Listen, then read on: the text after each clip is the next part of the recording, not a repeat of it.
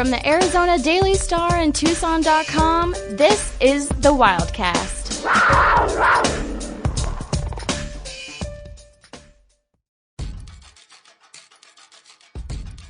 You're listening to the latest episode of the Wildcast podcast. Don't forget to subscribe to the Wildcast on Apple, Spotify, or wherever you listen to podcasts.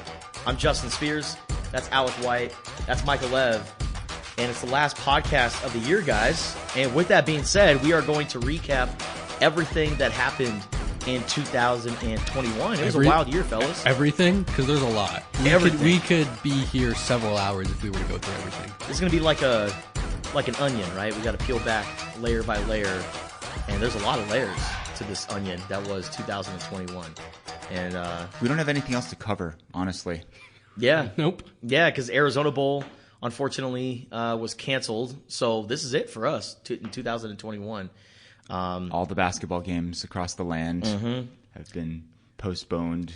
It's TBD. disappointing, honestly. Isn't it? I was excited because, this week, December 30th. Today, at the time we're recording this podcast, it's December 29th, but December 30th was supposed to be the big UCLA-Arizona basketball game, a matchup between two top 10 teams, the two pretty much flagship programs of Pac-12 basketball right now. And due to COVID issues within the UCLA program, we don't get that matchup. USC also dealing with COVID issues. They're another top 10 team that I was looking forward to see Arizona match up against. And then the Arizona Bowl, with COVID issues with Boise State, they weren't able to make the trip to Tucson. And then Central Michigan was poached by the El Paso Sun Bowl. And since that's a higher payout, right, it's on CBS. It's a prestigious bowl game that's been around for a long time. The Sun Bowl was able to take away Central Michigan. So we are without an Arizona Bowl, guys. And then college basketball, like you said, has been canceled for Arizona. Their next game won't be until January 3rd against Washington, which was a made-up game that was originally scheduled for the 25th and is now being bumped all the way down to the 3rd. So unfortunate way to end 2021, guys, but a lot of good things happened this year. Yeah. And I'm excited. So I want to get your guys' general overview of what we experienced from January 1st, 2021 to the time we were recording this podcast. I'd say tons of highs and lows. Very interesting year for Arizona athletics. Major coaching changes. Several teams going deep into the postseason. Historic football season for not amazing reasons, but did end that losing streak, which was a very big deal. I'd say the football off season was fascinating on both ends. And we're heading into another one here, with more guys probably headed to campus to join Jed Fish's rebuilding project. Historic season for women's basketball. No shortage of things to write about or talk about, which is great. That's what we want in our business and in the people around this town and across the country who follow the Wildcats. I think all in all, a pretty satisfying year. 100%. I hate being a prisoner of the moment in certain situations, but I don't feel like it's a prisoner of the moment thing to say that this year, 2021, will shape the next decade of U of A sports because of the coaching hires that were made. You had Jed Fish, and he was hired at the very end, tail end of 2020, but started getting his staff and recruiting in place at the start of 2021. And then you had what Adia Barnes did in the NCAA tournament, getting to a Final Four. But not only that, but continuing to establish Arizona women's basketball as a dominant force, turning down what we think it was an offer from Baylor University to go coach the women's program, getting a raise from U of A to stay here for the long term. Men's basketball hiring Tommy Lloyd, who has the Wildcats in the top 10 of the AP poll for the first time since 2017. You had the retirement of Mike Candrea, and then the Caitlin Lowe replacing her, who was already on staff and has been a longtime friend and former U of A athlete.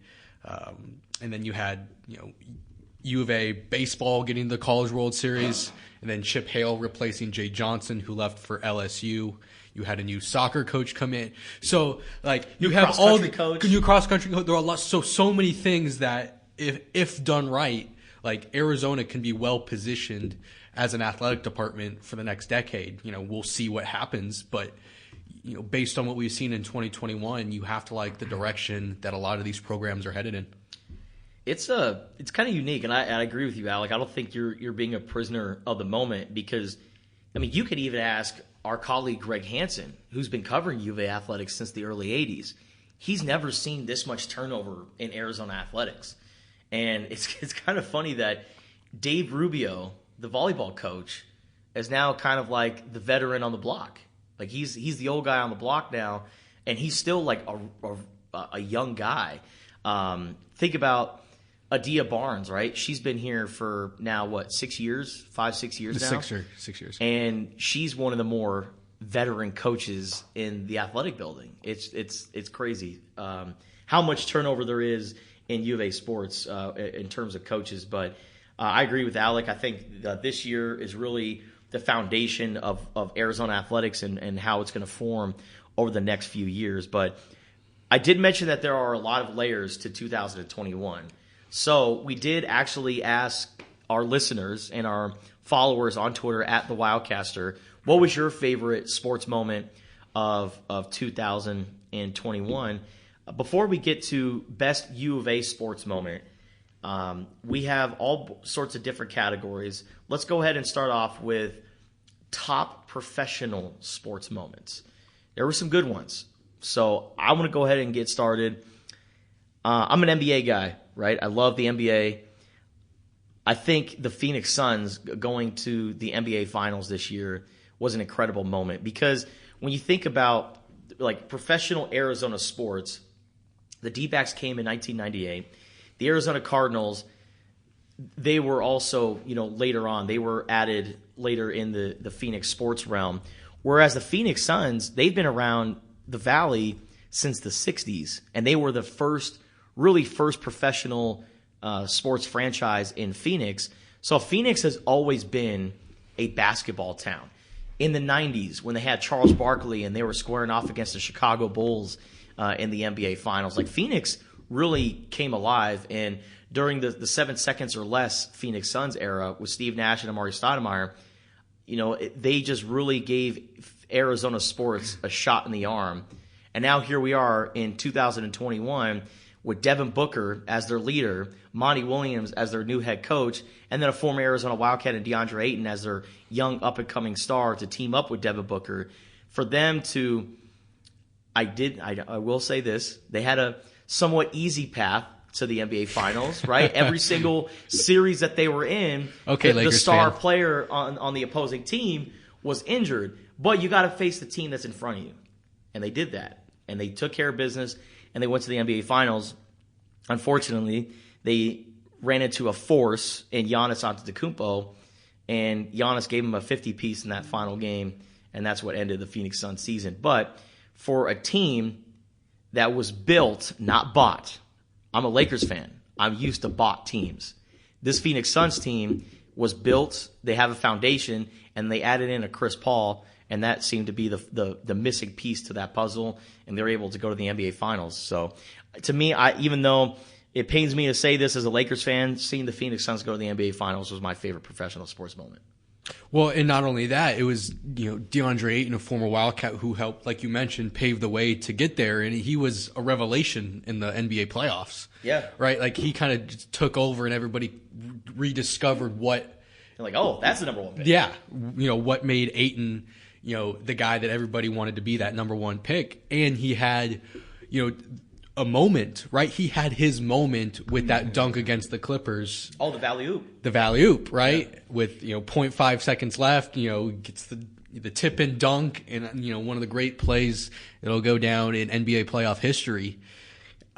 So you had that, and then professional sports moment. I know Michael Lev's a big fan of Rob Gronkowski over here, and Gronkowski, our big man Gronk, who, a year ago, well, not a year ago, but, a year and a half ago, was on his couch doing nothing, gets a call from Tom Brady, says, hey, let's run it in Tampa. And all of a sudden, Gronk turns back the clock to prime Patriots time and delivers, a playoffs, run and then 2 touchdowns in the Super Bowl. And so that, a lot of great sports moments that U of A Wildcats or former U of A Wildcats, I should say, were connected to. Tom Brady said, stop bugging the USAA customer service people and come play football with me down to Tampa Bay. Yeah, Gronk is a great call, especially when you consider that, as Alec mentioned, he was retired. I mean, we thought he was done. He comes back. He's not the same player that he was before. He doesn't play the whole season necessarily, but when he plays, he's almost as good as ever.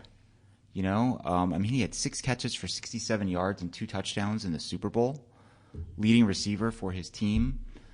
It was, a game that was really won by the, Tampa Bay front against the KC offensive line. But as far as, Buccaneers offensive players goes, he was probably the best guy. You could have made the case, too, when they won the Super Bowl over the Rams, the low scoring. What was the final score of that game? 10-3. 10-3 or whatever it was. Like, you could have made the case he was the MVP of that game. With the catch too. he had on the final drive. Yeah, he had that huge catch. Didn't go for a touchdown, but it got him down there close. His blocking is always excellent. He came here in the spring and was involved in that viral video catching the ball that was dropped from a helicopter? Yeah. From 400 feet or whatever it was. That was a really cool moment for the football program to get Gronk back in the mix here. We've talked about on the podcast many times that he should be an influencer. They should utilize ambassador. Rob Gronkowski's fame and success to turn Arizona into something of a tight end U. Who wouldn't want to follow in the footsteps of a multiple-time Super Bowl champion in Rob Gronkowski? So that's my vote, too, for best professional moment. Love it. That Rob Gronkowski moment. 10 years since he had been on campus.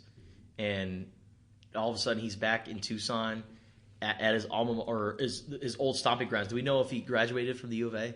Let's say you can't say alma mater because he hasn't graduated, right? We don't know that. I don't know that. I don't know if that's quote unquote out there. I'm surprised you didn't say Nick Foles delivering for the Chicago Bears, Michael Lev, considering you're a Chicago guy. That wasn't exactly like Nick Foles' greatest moment, but hey, just another, right. Just something else to put on the resume. I don't know if big comeback win in the snow. Nick Foles making sure the Bears get a worse draft pick. I don't know if they have their draft pick because of I think the Giants have it when they traded because of the trade up to get Fields, Justin Fields. That's so right. big hero among Giants fans, Nick Foles. It's funny how somehow Tucson is all connected to everything. The Giants just practiced in Tucson a few weeks back. Nick Foles played at the U of A. Rob Gronkowski obviously played at the U of A. And if you were to ask any Arizona fan, what is one of your biggest what ifs? It's if Rob Gronkowski was healthy enough to play in 2009 with Nick Foles. Because that was a year they had Oregon on the ropes on College game day, and they couldn't answer the bell at the end. All right, so one of the biggest what ifs. But anyways, moving along. He worsened the pick for the New York Giants. That's what he did by winning that game, ever so slightly. Nick Foles, man. Breaking hearts. That's what we love. All right, how about underrated moment of the year? Maybe something that's not going to get mentioned among top sports moments in Southern Arizona or Arizona professional sports, but something that should be worth mentioned. I think probably Roman Bravo Young winning the national championship with Penn State. He is a Tucsonan, wrestled at Sunnyside, had an unbelievable record of 187-0 in high school. Just an absolute monster. Won 4 state championships at Sunnyside, was an All-American, goes to Penn State, becomes an All-American, but then gets injured, so he couldn't compete in the national championship. A year later, even after battling COVID in the early stages, still came back, wrestled his way all the way to a national championship. And if you look at his winning percentage from college to high school, I mean, he's won over 80% of his matches. That is absolutely ridiculous. In the sport of wrestling, think about this. In the sport of wrestling, one of the most physical, taxing sports around right now, Roman Bravo Young, to do what he did this past year at Penn State is truly remarkable. He's one of the most underrated Tucson athletes to ever come out of this city. So I'm going to give him his love. Underrated moment of the year, Roman Bravo Young winning the national championship. I'm going to unpick a weird one because it involves the sport that is the most popular here in town and the most talked about and written about. And that's sort of the rise of men's basketball. The reason I'm citing it as an underrated accomplishment is there's really, I mean, it's sort of there's nothing tangible about it. I mean, they're ending the year in the top 10 of the Associated Press poll, which really doesn't mean anything. But consider where the program was, right? Last year, self-imposed sanctions, right? Literally right around this time a year ago. Which was a smart move, by the way, especially if things continue in an upward trajectory this year and they avoid any further postseason punishments. But, you know, you end one era, the Sean Miller era, you start anew. With Tommy Lloyd, I'd say expectations were medium, right? I mean, they were picked fourth in the preseason media poll, and then they killed a top five, I think at the time, Michigan, they're number team. 4. Yeah, just absolutely ran them out of the gym. Huge win at Illinois, really good program. They have only one loss on the season, and it just sort of feels like Arizona basketball is back. And it was kind of gone for a little while. So to me, you know, there's no championship you can point to. There's no Final Four appearance, but I think it's an underrated accomplishment what they've been able to do in a pretty short period of time. Well, I think it's how Tommy Lloyd is as a person, and this is nothing. I'm not trying to bag on Sean Miller here. But he's almost like the anti-Miller, where Miller was just always intense, very serious. And Tommy Lloyd is a very focused and dedicated person to his craft, but he also understands not to take himself too seriously. And I think one of my favorite quotes that Tommy Lloyd said during one of his press conferences was, he's like, listen, I told the guys, you could be nice guys and still kick ass. And that right there, I was like, I'm bought in on Tommy Lloyd. He wants to be the friendly, you know, small town guy from Washington, but he also wants to go out there and be the most dominant team in college basketball. And, you know, like I said, with Sean Miller, he was just always so serious.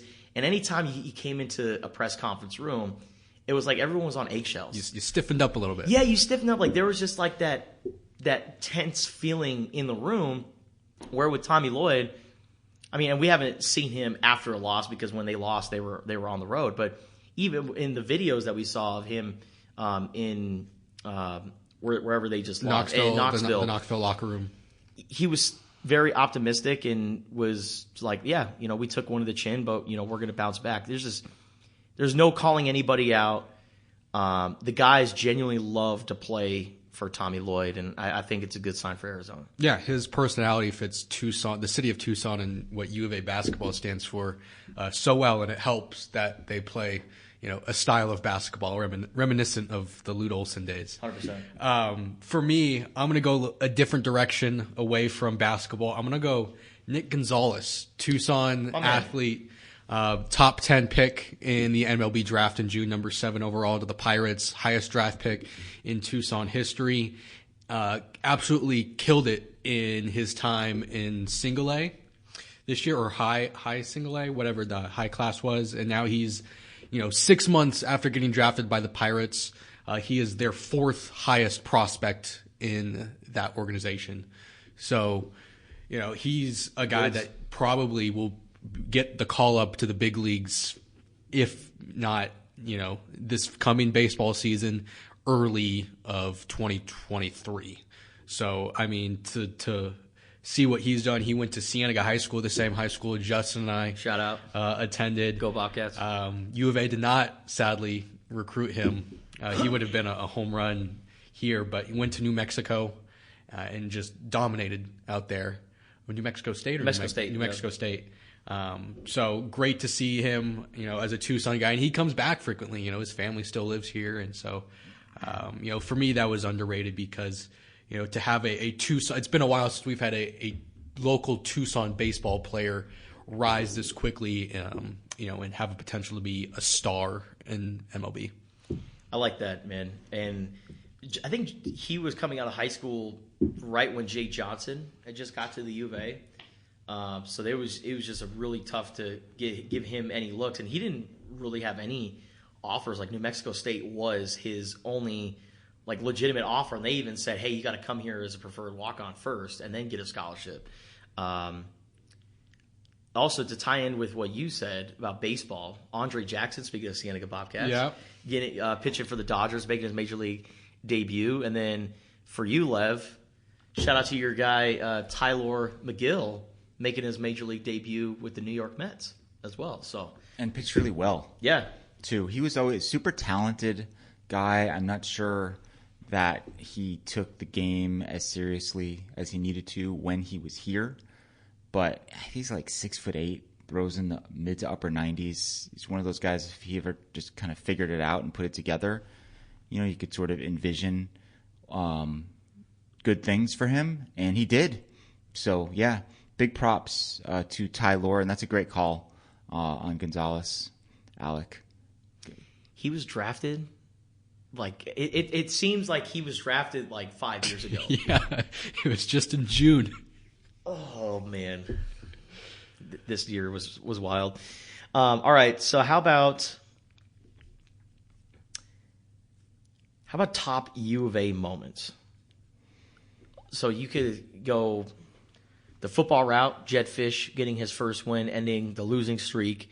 You can go winning the region for both baseball and softball and punching their ticket to the College World Series. But for me, I think the fact that the U of A women's basketball team in their first ever Final Four just beat the hell out of UConn. The number one seeded UConn, and they had the top player in the country in Paige Beckers.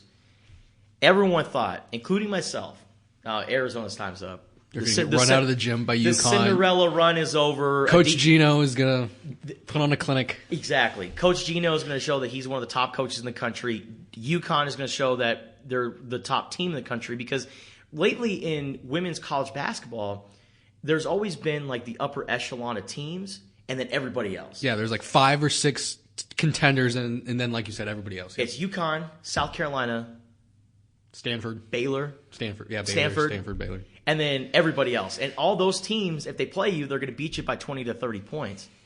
But it was Arizona that came in, punched UConn in the nose, and then punched their ticket to the national championship. And, Ari McDonald had one of her best games. I mean, Arizona just absolutely took it to UConn.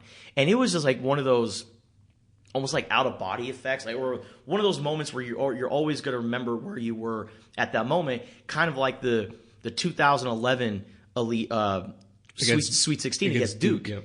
Nobody thought Derek Williams in Arizona was going to come in and beat the hell out of Duke the way they did, but they just did it. And everyone's always going to remember that. And for the best season in program history for the women's basketball team, while they fell short in the national championship by a bucket, for them to beat almighty UConn in the process, I think really is a sign that Adia Barnes can deliver a national championship here. It's only a matter of time. As far as I'm concerned, that's the number one moment, and everything else is second. But that doesn't mean there's not a lot of great moments, because I've got one too. But yeah, just to build off of what you said, that UConn win, you almost feel like you're watching a movie that's not real. You can't process what's happening, in real time until it's over.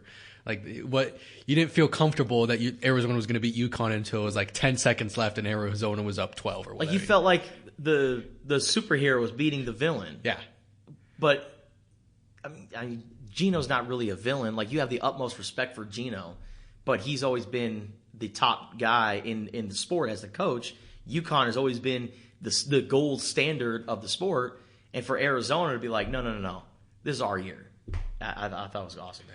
For me, it is the Arizona softball team getting back to the College World Series with Mike Candrea retiring. So he told in the last offseason, before before they had made it to the World Series, that this was going to be his last year. He told the senior leaders that, and it was kept under wraps for the most part. I mean, there were a couple you could kind of, as the postseason started, you could kind of see in the way he was talking about things that this was going to be his last run, win or lose, no matter what happens. But you still never knew, for sure that he was going to step away, and for that senior class to return, because they all had the opportunity, when COVID hit, to return another year. Jesse Harper, Deja Mulapola, Alyssa Palomino, like so many of Arizona's stars that could have left, could have gone elsewhere, could have started playing professionally, came back for their 5th year and even 6th year for Alyssa Palomino.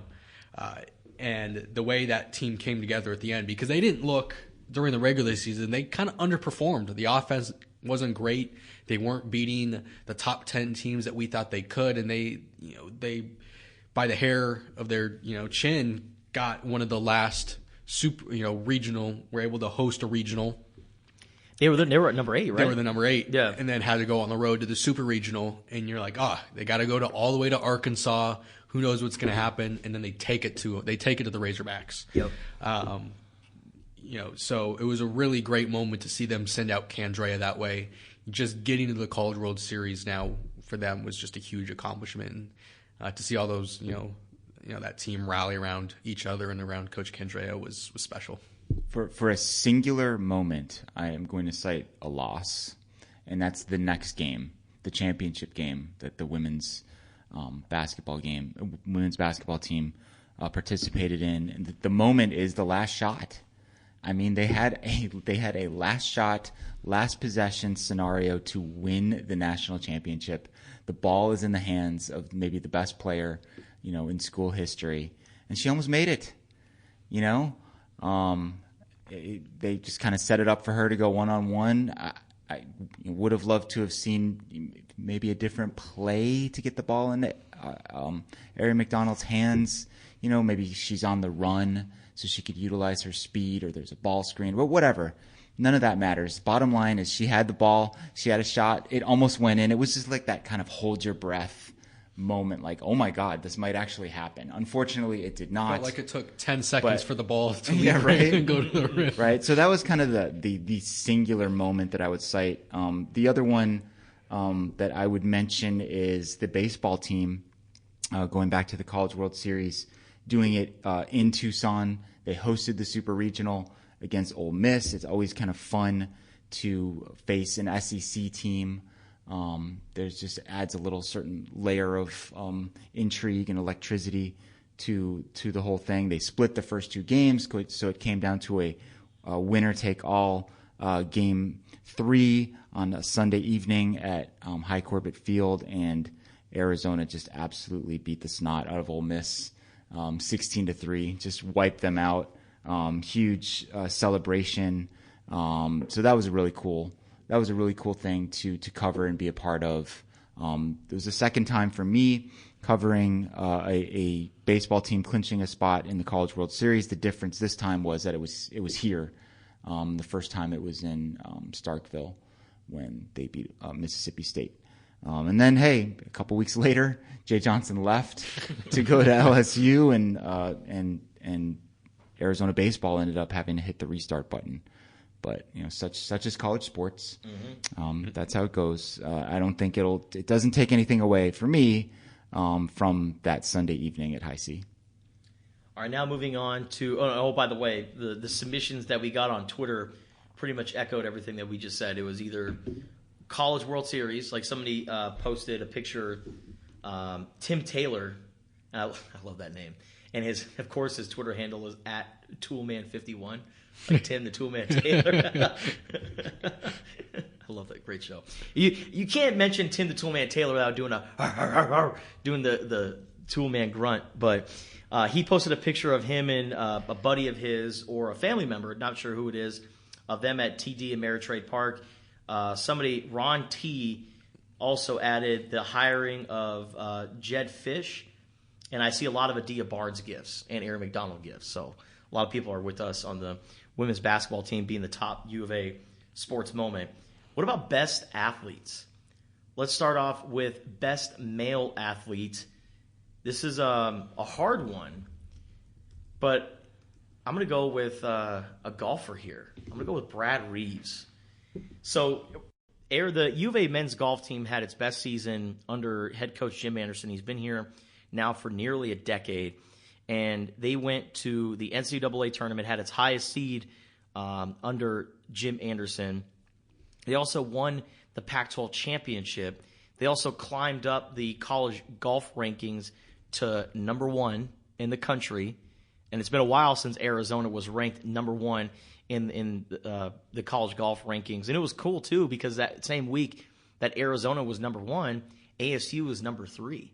So you had Arizona and ASU both killing it in golf this past season. But Brad Reeves was Arizona's top golfer. He won the Arizona Intercollegiate, and then he also was later named the Pac-12 Golfer of the Year, and I believe won the individual championship at the Pac-12 championships. Yes. Yep. So Brad Reeves had an unbelievable year for Arizona in a season where everyone thought Trevor Warbelow was going to be their top golfer, but it was Brad Reeves, the senior captain, getting it done for Jim Anderson and the Wildcats. So I'm giving the nod to a golfer for best male athlete.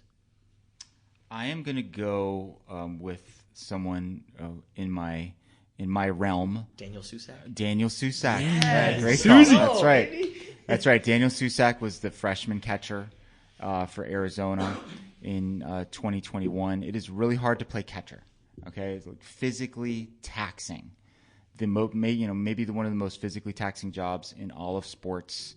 He started 60 of 61 games, and not only did he play catcher, he played exceptional offense, despite playing catcher. One would say. 335 batting average, 12 home runs, 65 RBIs, 48 runs scored, 24 doubles. He was the Pac-12 Freshman of the Year. He made all conference.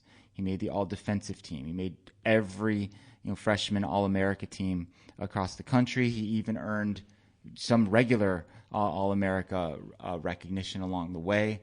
Just an absolutely phenomenal freshman campaign. To me, the most valuable player on that team, even some people would say that was his classmate Jacob Berry, but Jacob Berry was a DH for pretty much the whole year. You add the defensive component in there, it would be hard to find anyone who had a better year on that Arizona baseball team that, as mentioned, went to the College World Series. He's going to be here for one more season. He'll be a draft-eligible sophomore at the end of this year, and if he picks up where he left off last year, he probably would be a top 10 pick. Sounds like you're saying he's better than Austin Wells. Well, I don't know if he profiles as good a hitter as Austin Wells. Like, Austin Wells is a pure hitter who bats from the left side. Perfect for the Yankees. Perfect for Yankee Stadium. He's in the Yankees organization. But defensively, I would say Daniel's better already. Stronger arm, a great arm. Working on framing and all those other aspects, blocking the ball. He profiles as a major league defensive catcher who also is going to be able to hit. People with Austin Wells, they're kind of like, is he a catcher? Is he going to kind of follow that Kyle Schwarber path? Kyle Schwarber was a catcher in college who eventually, became like a left fielder. Now he's a first baseman, which is fine. But if you can bring that whole package, like Daniel Susak can, with the defense and the offense at a premium position, that's a really nice combo to have, and he'll be highly sought after in the 2022 draft. I'll go. It's only been 2 months, but Ben Mathurin, Arizona basketball, delivering, really the guy that's helped on the court outside of Tommy Lloyd, be one of the main reasons why Arizona basketball is as highly ranked as they are. He's been a superstar. He's had a run of, the last 3 road games. He's had, 20. He's had 30 points, 29 points, 28 points. His last 3 road games has just been an absolute stud, and he's evolved his game to the next level. And what it's done is make a lot of NBA scouts take notice, and he's gone from a fringe late first-round pick. He has shot all the way up to that lottery selection and into the top 10 draft picks. So it's early, and he's still got a lot of work left to do this season, come 2022. But to me, he's been one of the most impressive basketball players in the last decade of U of A basketball. For someone who does so many spectacular things on the court, he still sneaks up on you. Like those games that you mentioned, I don't feel like as it was going along that you're like, oh my God, Ben Mathurin is having an unbelievable offensive game. And then you just look down at the stat sheet with about 5 minutes left and you're like, wait, he's got 25 points? Mm-hmm. Like, how did that happen? He's so springy. Yeah. And like you said, he's really evolved as a player. He's become a threat from 3-point range, which you have to have if you're going to make it in the NBA. He's just really fun to watch. Mm-hmm. He plays hard too. Which is something that I always look at with basketball players. I think it's reflected in his rebounding numbers, which are pretty good for a wing. He's fun to watch, and they are fun to watch. Yep. The elevation that he gets on his shots is insane. Like anytime you think, oh, that's a shot that's going to get blocked, how much he jumps in the air when he shoots the ball. That's something to keep an eye on when you're watching Ben Mathurin play. Springy, exactly. He said that's a new buzzword. And then he put on 15 pounds of muscle in the offseason, so now he's attacking the rim like it's nobody's business. And when I asked on Twitter, like, what's a good NBA comp for Ben Mathurin, somebody mentioned this, and I think it's a very solid comparison. I can see a little DeMar DeRozan in Ben Mathurin. Mm-hmm. The more I continue to watch it, the more I see DeMar in his That's game. Exactly what I was going to say. Yeah. Young DeMar DeRozan. It's great. I mean, DeMar doesn't play above the rim as much these days, and he only had 1 year in college. So I think if he had stayed, right? Yeah, I did. Yeah, I think if he had stayed, he probably would have been on this type of trajectory. Yeah. He ended up, I think he was the 7th pick in the draft, something like that. It's a great NBA career, but similarly built, right around 6'5", 6'6", great hops, plays hard, seems like a really good team guy too, who's well liked and well respected in the locker room. So bright future for Ben, whose story at Arizona is still being written. Yep. Quick honorable mention for me. I spent a little time doing in the spring some men's tennis coverage. Alejandro Ruhant, he set the U of A all-time record for most singles win in program history, and that the U of A men's tennis team went to the NCAA tournament and went all the way to the Sweet 16, the farthest that program's ever gone, and Alejandro was a big part of that. So just wanted to, we've talked about, he definitely deserves to be in that class of best U of A athletes this year. Now moving on to best female athlete. A lot to choose from. You can go the women's basketball route. You can go the softball route. You can go into Olympic sports. There's been a lot of great women athletes that have come through the University of Arizona, especially this year. But hard to choose. This is difficult for me to say because I do agree that Erin McDonald is the greatest player in U of A women's basketball history. She has helped set up the program. She has pioneered the program to a point where Adia Barnes wants it. And now people are paying attention to the U of A women's basketball team, and now top recruits are wanting to come to Arizona because of what Adia Barnes has done with Erin McDonald. But I'm going with Delaney Schnell. And there's a couple things why I picked this. She was named Pac-12 Diver of the Year. She's just 20 years old. Was Pac-12 Diver of the Year, then goes over to Tokyo, competes in the Olympics on the 10-meter platform, and wins silver. She's from Tucson. She went to Tucson High. She's now at the U of A, and she just won a silver medal as a 20-year-old athlete. That's very difficult to do. So I'm going to go with Delaney Schnell as my top female athlete this year. What about you guys? There's no wrong choice between those two, and you could throw some others in there, and I think Alec is probably going to mention some, but I'm going to go with Erin McDonald too. She elevated the profile of the women's basketball program. I mean, her and Adia Barnes, right? I mean, those were the faces of the program. Like I said earlier, took them all the way within one shot of winning the whole freaking thing, which is considering they won 6 games a few years ago. Yeah, right. And would have been an unbelievable accomplishment, considering where they were and like you said, how women's college basketball works, where there's kind of this elite class, and it's really hard to break into that group, and they toppled a giant by eliminating UConn, which nobody thought was going to happen. It was a very good team, of course. This was not a one-person show, but she was the engine. I mean, incredibly good defensive player. Like I feel like I would just hate to have to bring the ball up against Ari McDonald. She's annoying. She's a pest. Yeah, no, she is a pest. And I watched a lot of the U.S. Women's Olympic basketball games from Tokyo, as well as the men. I watched pretty much as much U.S. basketball as I could, and there were discussions on Peacock. Yeah, on however you can find it. And there were a lot of discussions during those broadcasts about how like the women's U.S. basketball team is like the hardest team to make of any team like in the world.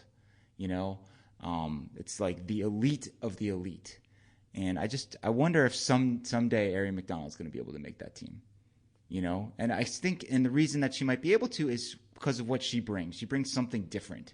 It's that bulldog defensive mentality. A lot of players can shoot, a lot of players can rebound, but not everybody can defend the way that she does. So I would love to see that someday, and she's my pick for the female athlete of the year at the U of A. Yeah, I'll also go with Ari McDonald. She's one of one, right? Like there's, the greatest player in U of A women's basketball history. Even Adia Barnes has said it herself. Like Adia Barnes was considered the greatest U of A women's basketball player, and she even said, Ari's, her legacy and what she's done is better than what Adia did. So, hats off to Ari, because what she did, that tournament run where she just, there were a lot of other pieces that helped, but Ari just putting the team Arizona on her back and taking them to the Final Four was obviously, and the national championship. It's just one of those things that won't be replicated. There might be some very talented players, but for her to do what she did, to transfer from Washington U of A, to trust Adia Barnes and trust the vision and bring Arizona not only to the national championship, but from the cellar dwellers. Like they were last in the Pac-12. Like this was a very bad basketball team. And, her and Adia Barnes' vision from program just slowly was building, and all of a sudden they just took off. So she is my athlete of the year, but we've given, Ari plenty of due credit, in her Arizona time. And I'd also shout out Jessie Harper, broke the Arizona record for home runs this year with 94. So, or 90. She had 91. Was it 92? Yeah, she got to 92. Or she tied Katiana Mauga, right? Yeah. Yeah. So, still, like it's a lot of great athletes, man. A lot of incredible historic moments. And I remember talking to Mike Andrea on radio earlier this year, and he said, in my entire 33-year career at the University of Arizona, I don't remember this much positive buzz around a spring sports season. I mean, and he's seen a lot. And this is, think about this.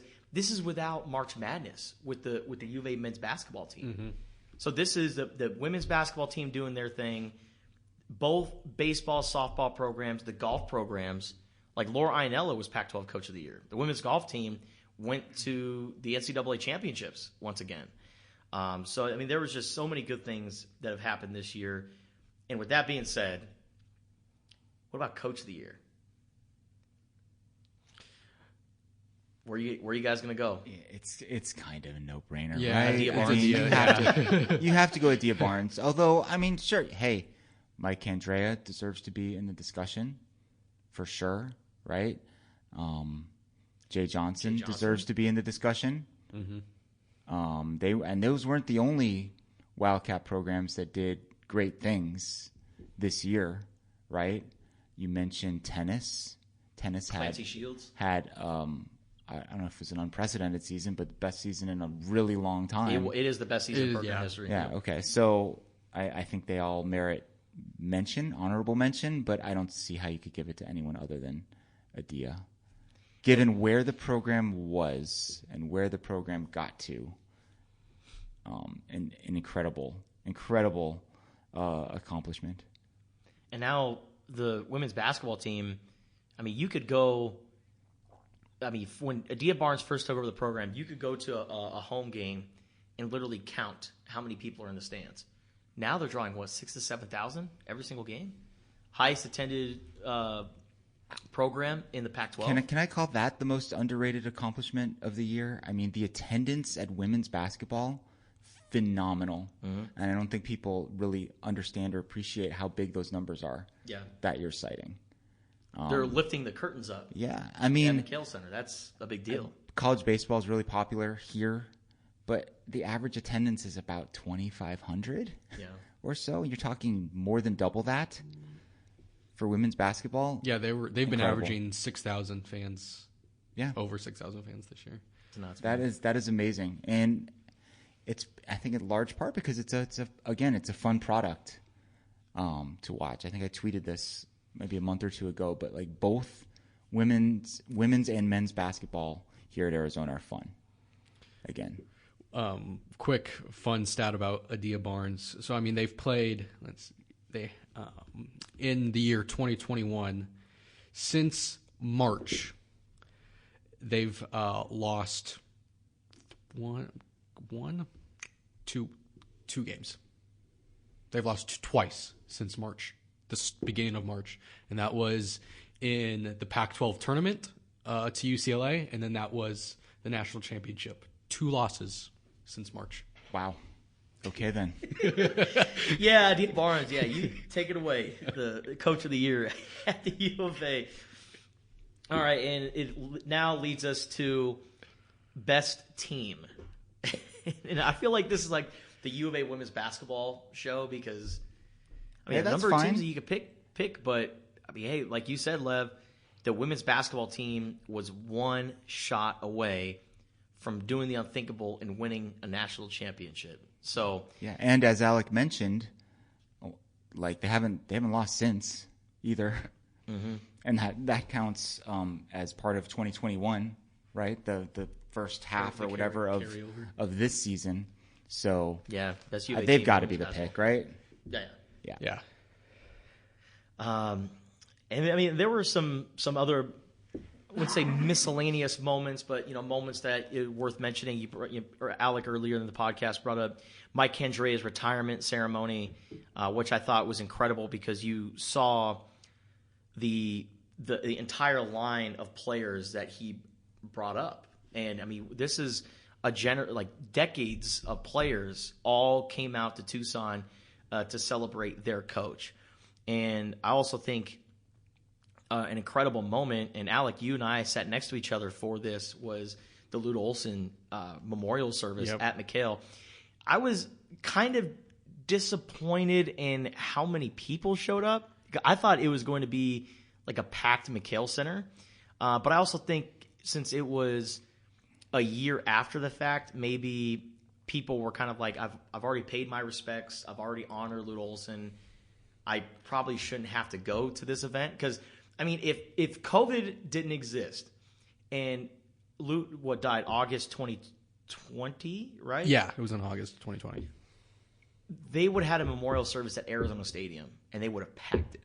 I guarantee it. Well, so I had... But like the fact that they were still able to honor and have a service for Lute was great. The service was great, but I had a lot of family members like that knew that I was there because I posted a picture of it, and I was at a family event like a week later. And I think it was just miscommunication in the marketing department for U of A because my family was like, oh, we thought the public couldn't attend. We thought it was just like family and friends. Like I don't know if it was like distributed enough that this is like a public event. You just show up. I think they were confused that it was marketed more towards a private event, and maybe a lot of people felt the same way, that they didn't know that they could attend. Yeah. Because there was like 500, 500 people there. Yeah. But the best part about that whole thing was Steve Kerr getting up on stage and it was like, well, yeah, hopefully whatever I say is more inspirational than the speech I gave the football team last night. Because they lost. Was that the AAU game? No, it was the San Diego State game. Okay. But I just thought it was so funny. Steve Kerr came up and gave a zinger.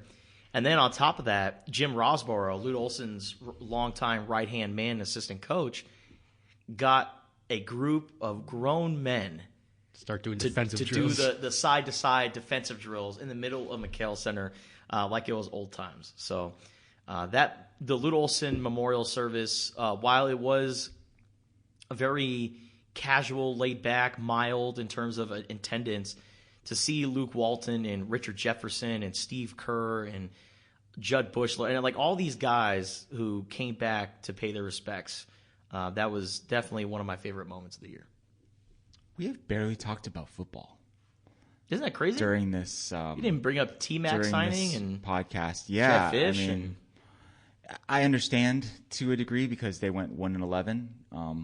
That's really nothing to be proud of. The one win was a cool moment, to be sure, for a lot of reasons. Weird circumstances surrounding that whole situation with Cal missing a bunch of players because of protocols.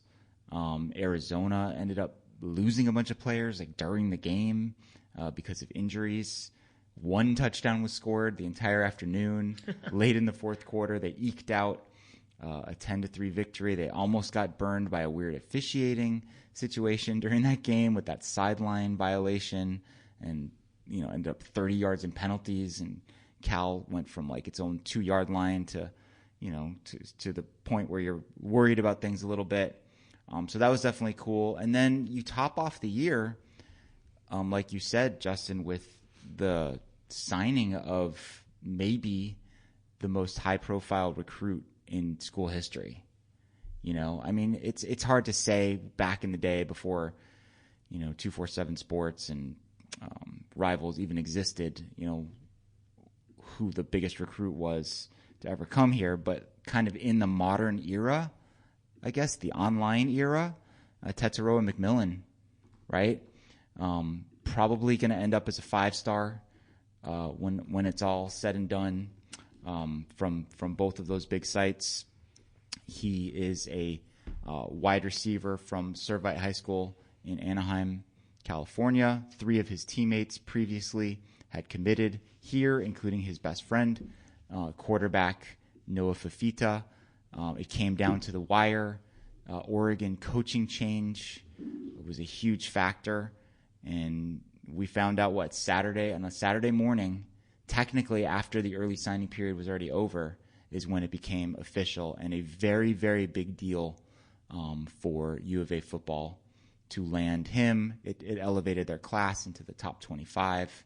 So even though they went 1-11 and there wasn't a lot of positive stuff to talk about as far as on-the-field accomplishments in 2021, the way they ended the year, there's a lot of optimism now. There's a lot of hope, which is kind of all you can ask for. About a minute before the U of A football team account announced the signing of T-Mac, Jed Fish tweeted out a photo on the beach in Mexico, a big circle, T-Mac on the sand with the A as the block A. So if the coach is taking time out of his vacation to spell out your name in the sand, then you are a very big deal. You are a high priority recruit. Do you think Jed did that himself? Do you think his his his family kids. was there? Yeah. His girls probably helped him quite a bit, right? Because that was a pretty impressive display down there in the beaches of Cabo. Yeah, Jed's not making that block A. No, there's no way. He's that artistically skilled to make that block A. But yeah, there's a lot of things to look forward to. Spring football number 2 with Jed Fish coming up. The new defensive staff or different coordinator with Johnny Nansen, and also the new outside linebackers coach from Jason Kafusi. So you got new coaches in place on the defensive side of the ball. Jed Fish bringing in a whole batch of recruits. You got both basketball programs rocking and rolling. They're in the top 10. Spring sports is going to be fun with the new eras getting started with Caitlin Lowe, with softball, Chip Hale, with baseball, the golf programs, and then Clancy Shields looking to repeat as Pac-12 Coach of the Year and get the men's tennis team back into the NCAA tournament picture. So yeah, we just need to cross our fingers and hope for the best regarding the COVID situation. 100%. I mean, the end of 2021 kind of felt like the beginning of 2021. You know, there was still a lot of lingering uncertainty at that point. We've had so many postponements and cancellations of events here at the end of the year. But given where women's basketball is at and men's basketball is at, we need NCAA postseason ball to happen. Yeah. Right? Because there could be some very cool memories that are formed this upcoming March on with both of those programs. And I feel like things are going to get straightened out here. It's a rough patch. yeah. But we're a long way away still from March. There's still, I think, plenty of time to kind of get the schedule straightened out. And what not many people remember or know about women's basketball, the NCAA tournament, if you're a top 4 seed in your bracket, you get to host. You get to host the opening rounds. They don't do what the men's tournament does and send you to different sites for the first weekend. That first weekend, you get to host games. So how cool would it be for Arizona to host an NCAA tournament, 2 NCAA tournament games potentially in their own building in McHale Center? That'd be great. So last year or this past season, that didn't happen. No, right? they moved it was the whole bubble thing to Yep, San Antonio. Yep, everything was in San Antonio because they did the bubble. But as long as that doesn't happen this year, it'll go off as scheduled and be the normal tournament where you've got host sites, and then I think Sweet 16 and on, you're at different locations, and then for the Final Four, I want to say, I don't remember where it is this year. It's not New Orleans. Maybe it's New Orleans. McHale will be packed. But yeah, Yes, McHale it will. Absolutely packed. for those Yes, it opening will. games. So let's all cross our fingers, enter 2022 cautiously, and not say this is our year. We've been saying that for the last few years now, and it turns out that it hasn't been our year. So let's all be cautious, be optimistic, and make sure you guys are taking care of yourselves in 2022. Happy New Year to you all. Hopefully 2022 brings you a lot of positivity and blessings. With that being said, we appreciate it if you would subscribe to the Wildcast on Apple, Spotify, or wherever you listen to podcasts. And don't forget, for the latest in Southern Arizona sports, whether it's Arizona Wildcat sports, whether it's local or even professional sports here in Arizona, make sure you download the Wildcaster app, which you could download for free off the App Store and Google Play. Happy New Year, everyone.